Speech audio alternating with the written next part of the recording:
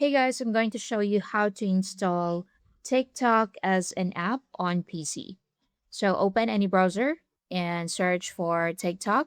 Then click the first one, make sure it's the official website. Now, next, so once you open TikTok, you can sign into your account. And what you need to do is to click the three dots in the top right corner, then scroll down to the bottom and go to Cast, Save, and Share. So once you go to Cast, Save, and Share from the options, select Install Page as App.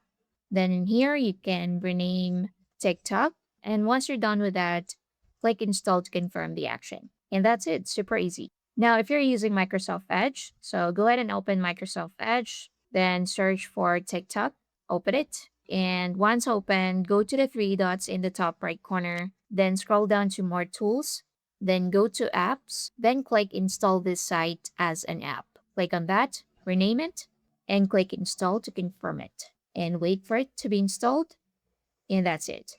If you want to pin this to your taskbar, just right click on the icon in the taskbar, then click pin to taskbar. If you want to unpin it, right click and click unpin from taskbar. And that's it. Thank you for watching.